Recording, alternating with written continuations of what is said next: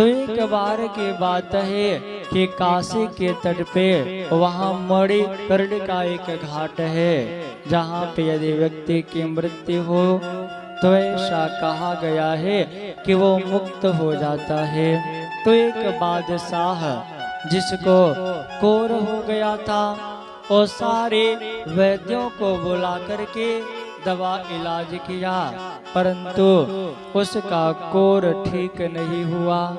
तो ऐसे में राजा ने ये सुन रखा था कि यदि कोई काशी में अपने शरीर को त्यागता है तो उसकी मुक्ति हो जाती है। एक दिन वह बादशाह मणिकर्ण का घाट पे अपने चिता को सजाने लगा, और उसी समय वहाँ पे भक्त कमाल आ गए। तो जब कमाल वहाँ पे आए तो कमाल कहते हैं कि बादशाह, आप ये चिता किसके लिए सजा रहे हो? तो बादशाह कहता है कि चिता मैं किसी और के लिए नहीं बल्कि अपने लिए सजा रहा हूँ। तो क्यों आप मरना क्यों चाहते हो? तो मैं संसार के सारे वैद्यों को, नगर के सारे वैद्यों से इलाज करवा करके थक गया, परंतु मेरे शरीर पे कोर हो गया है। ये कोर ठीक होने का नाम नहीं लेता है। इस प्रकार जब बादशाह की बात कमाल सुनते हैं ना, तो कमाल कहते हैं कि आप कहो तो मैं आपके कोर को बिल्कुल ठीक कर सकता हूँ। अब बादशाह को क्रोध आ जाता है और कहते हैं कि तुम मुझसे मजाक कर रहे हो। अरे नगर के सारे वैद्यों ने मुझे देखा, यहाँ के सारे वैद्यों ने मुझे देखा, जगह जगह से मैं वैद्यों को बुला करके दिखवाया, परंतु कोई भी मेरे इस कोर को ठीक नहीं कर पाया। तुम ठीक करने का दावा करते हो। राजा क्रोधित हो जाता है। तो कमाल कहते हैं कि आप कहो तो मैं आपका कोर ठीक करके दिखाओ। बादशाह कहता है कि देखो, यदि मेरा कोर ठीक नहीं होगा ना तो मैं तुम्हें फांसी पे लटकवा दूंगा, क्योंकि वो बादशाह है, कुछ भी कर सकता है। ऐसे में कमाल ने कहा कि मुझे मंजूर है। कमाल कहते हैं कि हे बादशाह, तुम 3 बार राम का नाम लो और गंगा जी में डुबकी लगा दो, तुम्हारा कोर बिल्कुल ठीक हो जाएगा। बादशाह कमाल की बातें मानता है और 3 बार राम राम कह करके गंगा जी में डुबकी लगाता है, और जैसे ही ऊपर आता है तो देखता क्या है कि उसका कोर बिल्कुल ठीक हो गया है। ऐसे में वह बादशाह बड़ा प्रसन्न होता है, इनके बहुत तारीफ करता है। अब कमाल को अपने भक्ति का अहंकार हो गया।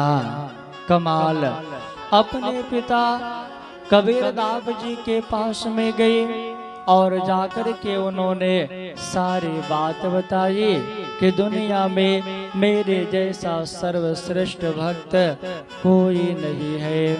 तो कमाल को अहंकार को देखते हुए भक्त कबीरदास जी महाराज कहते हैं, बेटा भक्ति करना तो अच्छी बात है, परंतु भक्ति में यदि अहम भाव आ जाए तो ये अच्छी बात नहीं होती है।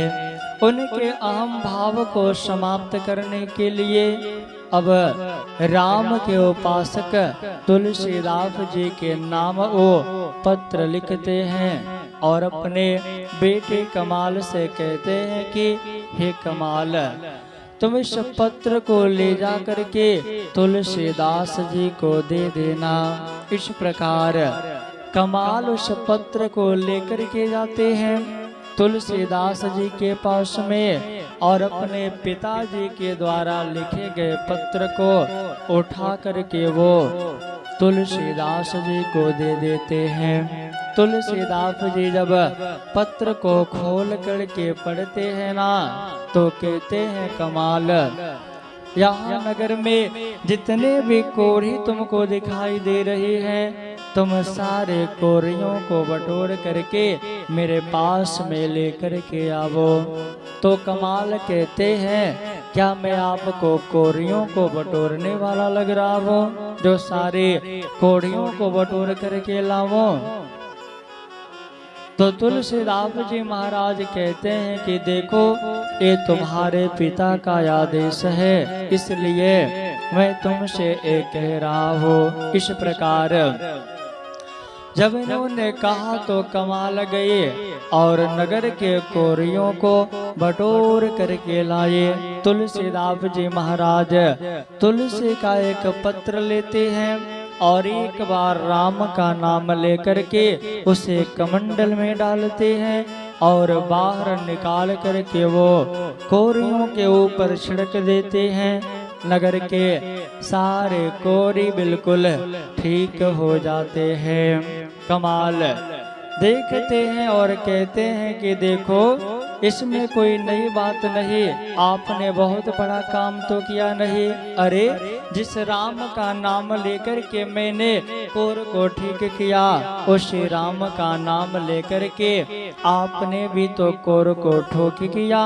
तो मैंने जो किया आपने भी तो वही किया, तो आप में और मुझ में अंतर क्या है कि आपको मैंने जो पहले प्रयोग किया उसी को आपने दोबारा प्रयोग किया।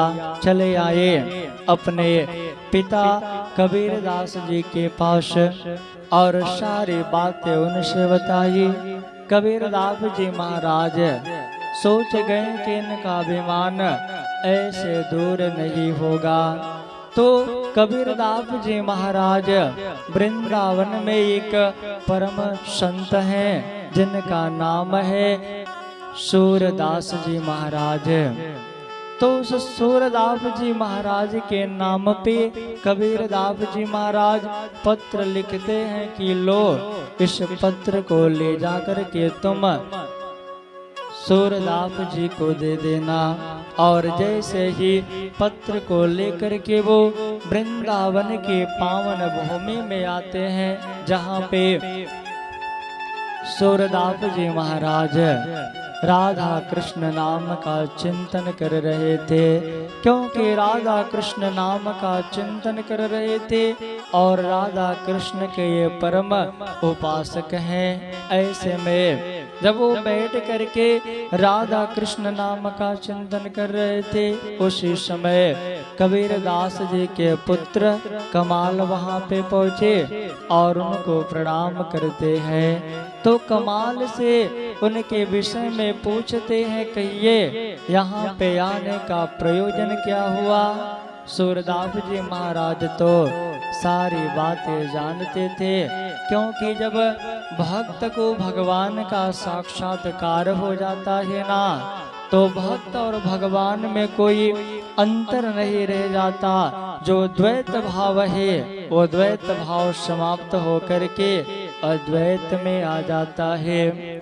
तुलसी अब यहाँ पे सूरदास जी महाराज जब पत्र निकाल करके कमाल उनको देने लगे तो सूरदास जी महाराज कहते हैं भाई मैं तो जन्म से अंधा हूँ, मुझे तो कुछ दिखाई नहीं दे रहा है। ऐसे में मैं ये क्या जानूंगा कि पत्र में क्या लिखा हुआ है। तुम ही पत्र को पढ़ करके मुझे सुना दो। परंतु हे कमाल देखो जमुना जी में एक मुर्दा बहता हुआ जा रहा है, उस मुर्दे को निकाल करके मेरे पास में लेकर के आओ। अब कमाल सोचने लगते हैं कि जब ये अंधे हैं तो इनको कैसे दिखाई दिया कि जमुना जी में मुर्दा बहता हुआ जा रहा है। परंतु जैसे ही इनकी दृष्टि जमुना जी में पड़ी तो देखते क्या है कि सच में मुर्दा बहता हुआ जा रहा है। कमाल गए और जाकर के मुर्दे को निकाल करके लेकर के आए।